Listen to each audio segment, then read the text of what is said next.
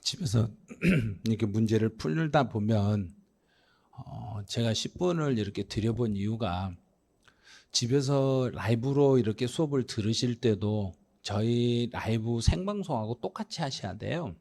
똑같이 지금 문제 푸는 시간이 되면 문제 푸는 시간 10분을 딱 정해놓고 그 10분 동안 문제를 푼 다음에 해설을 들으셔야 돼요. 근데 문제 안 풀고 해설 들으시면 해설 들으나 마나 똑같아요. 그래서 절대 그 문제를 푸세요 그러면 그 시간에 맞게 푸세요. 미리서 또 출력해 가지고 우리 강의하고 있는 도중에 막 풀어버리고 그러시면 안 돼요. 왜냐하면 시간을 정해놓고 푸는 이유가 실제 시험장에 가면 딱 정해진 시간 안에 이걸 읽어내야 되니까요. 이렇게 지문이 길어요. 이제 조금씩 길어질 거예요. 그리고 길어진 지문을 숙달하는 연습을 할 거예요. 그래서 이제 그 연습들을 지금 집에서도 꼭 해주셔야 돼요. 자, 그럼 이제 오늘 문제 한번 가보죠. 이제 1번 문제는 양도소득세 비과세를 적용받을 수 없는 게 어떤 거냐 이거예요. 그럼 비과세 종류 처음에 배웠죠. 파산선고, 파산선고 처분으로 발생하는 소득은 비과세, 1세대 1주택 비과세, 농지 교환 분합 비과세, 법인의 현물 출자. 그러면 법인에 내가 가지고 있는 건물을 내 건물을 법인의 현물로 출자하고 주식으로 받아 사실상 이전했잖아요.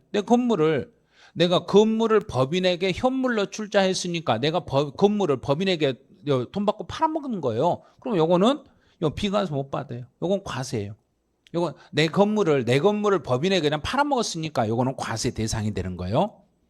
그러나 지적 재조사를 하면서 경계를 확정을 할 때 종이 지적에서 전산 지적으로 바꾸면서 공부상의 면적이 감소돼 가지고 면적이 감소돼서 조정금을 받았어요. 조정금을 받는다고 해서 이 조정금을 가지고 세금 물리거나 그런 거 아니라겠죠. 그래서 받은 조정금은 비과세 대상입니다. 그래서 정답은 4번 이렇게 하시면 돼요.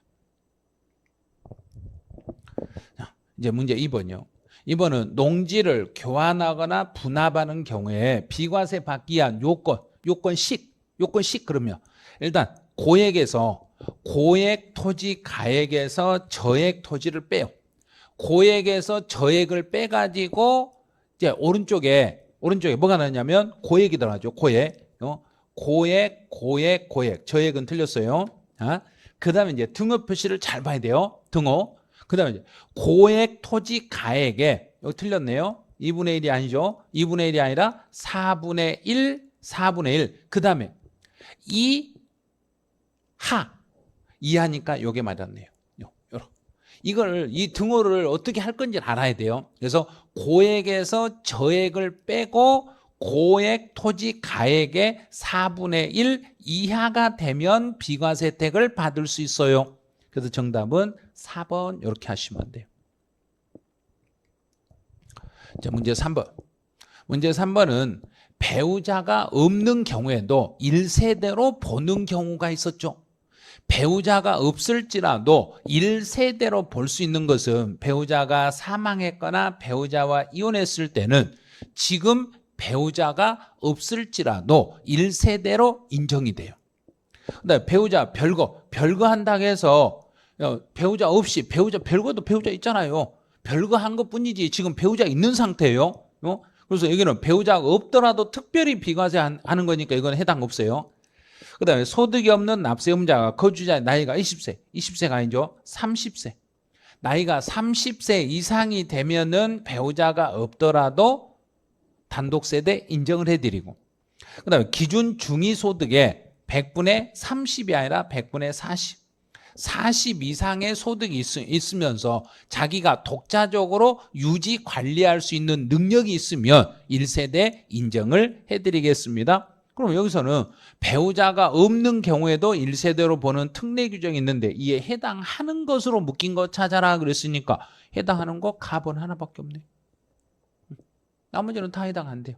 나머지는 다 X가 되고 딱 하나 가만 해당이 되니까 정답은 1번 이렇게 잡으시면 돼요. 자, 문제 4번. 1세대 1주택 비과세 규정에 관한 설명으로 옳지 않는 걸 찾아봐라 그랬네요. 자, 1번. 1세대 1주택 비과세 규정을 적용할 때 부부가 각각 세대를 구성했네요. 부부가 따로따로 세대를 구성했다. 그러면 나와 배우자가 따로 세대를 구성 살고 있으면은 각각으로 인정 않고 동일한 세대로 보겠습니다. 자, 두 번째요. 두 개 주택을 같은 날 동시에 양도했어요.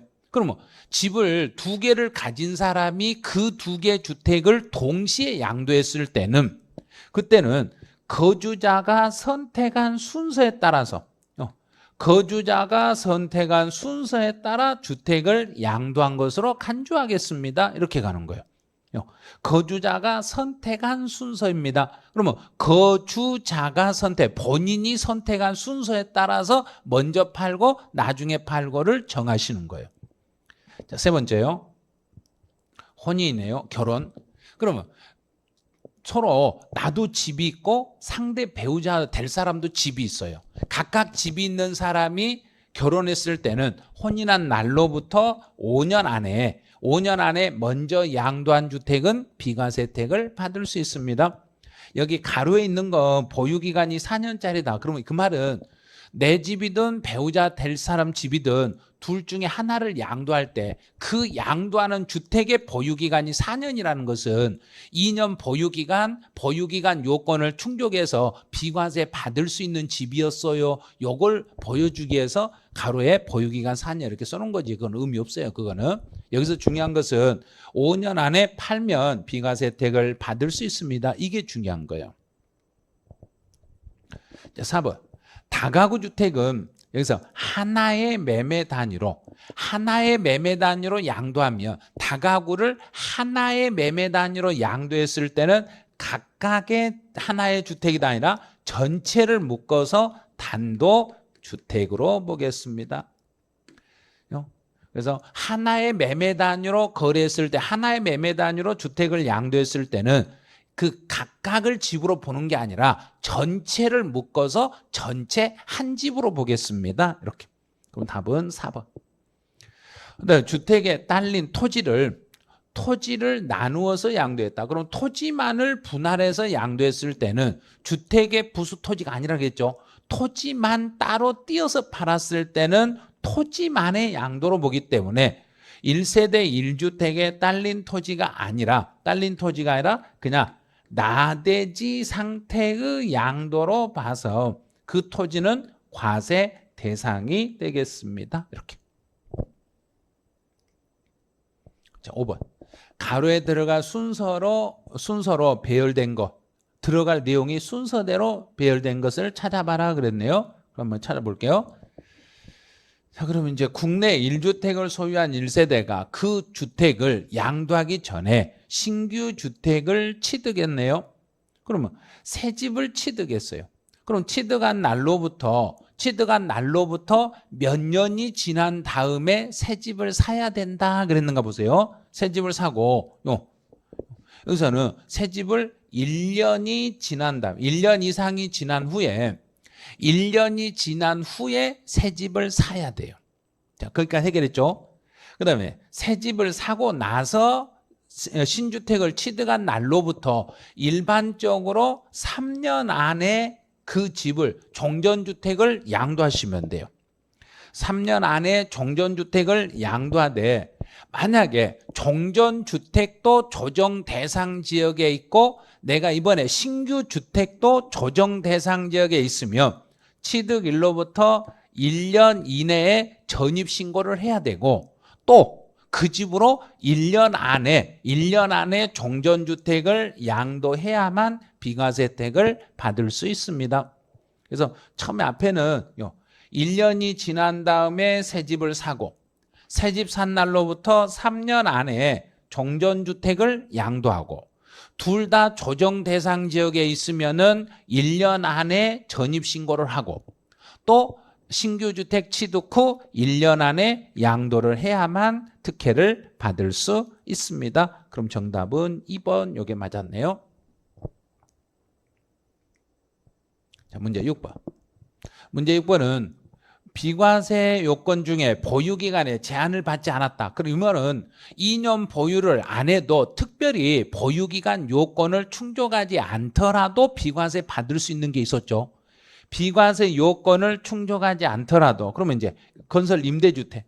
자, 임대주택은 임차일로부터 양도일까지 그 집에서 5년 이상만 거주해 주시면 돼요. 거주 기간이 5년 이상만 넘으면은 2년 보유 안 해도 되는 거 아시겠죠? 해외 이주. 외국으로 이민을 갔으면 외국으로 이민을 간 사람은 출국일로부터 우리나라를 떠난 날로부터 2년 안에 양도하면 혜택을 비과세 혜택을 받습니다. 2년 출국일로부터 2년 안에 팔면 이 사람은 2년 보유 안 해도 비과세 혜택을 받습니다. 세 번째는 이제 수용. 집 한 채를 가진 사람이 내가 집을 한 채를 가진 사람이 보유기간 2년을 채우지 아니하고 수용을 당했더라도 2년 보유한 걸로 봐서 비과세를 받을 수 있습니다. 네 번째는 1년 이상 치료, 요양. 그러면 몸이 안 좋아서 다른 지역으로 이사를 가고자 할 때는 내가 지금 살고 있는 집에서 1년 이상을 거주를 해야 돼요. 1년 이상요. 1년 이상 거주한 주택을 양도하면 비과세 혜택을 받습니다. 근데 5번은 부득이하게 1년간 거주한 주택은 내가 지금 1년을 살았는데 사업상 형편으로 아니죠. 사업상 형편이 아니라 근무상의 직장 때문에 근무상의 형편으로 다른 지역으로 이사를 갈 때는 직장 때문에 다른 지역으로 이사 갔을 때는 1년 거주 후 양도하면 2년 보유 묻지 말고 비과세를 받을 수 있어요.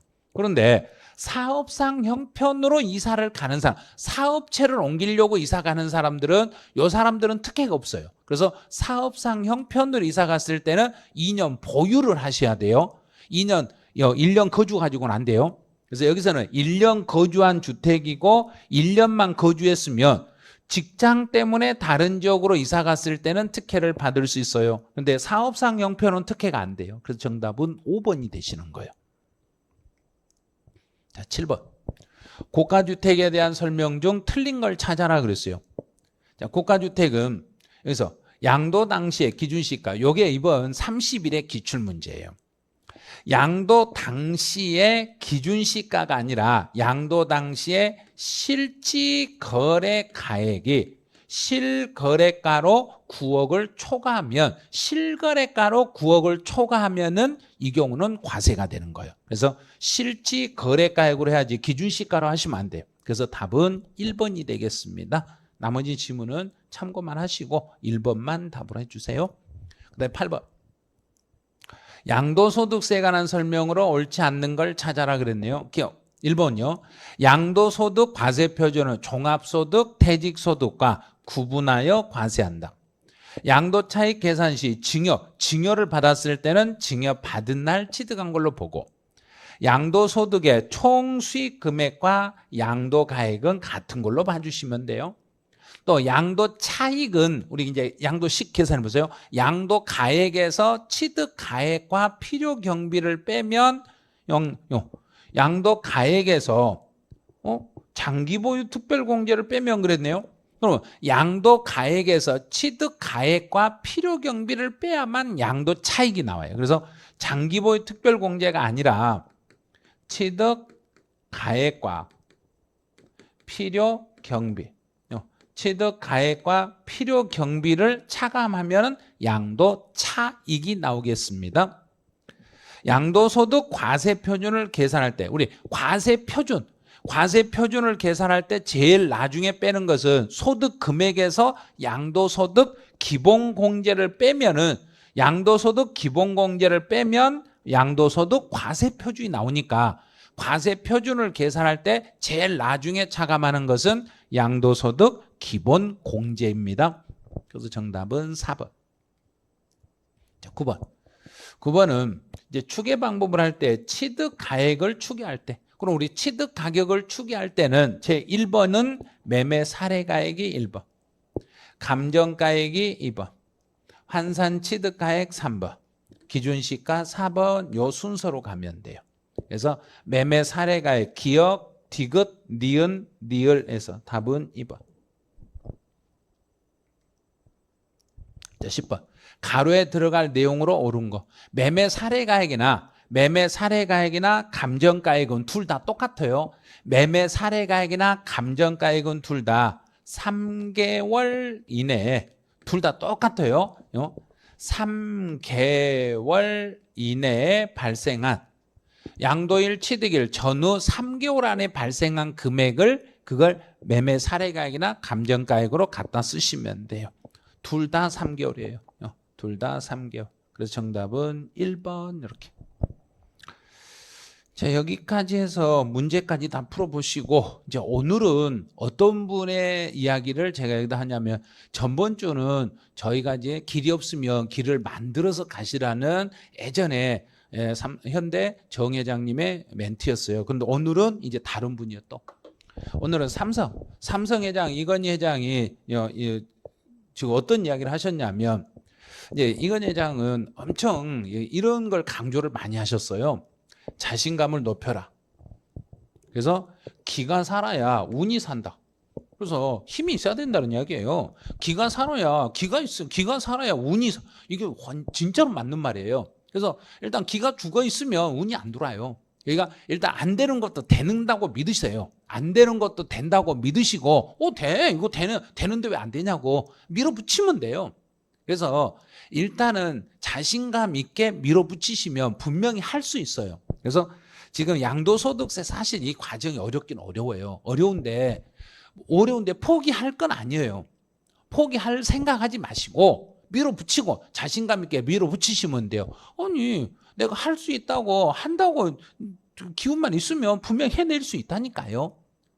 저도 이걸 처음부터 잘한 게 아니에요.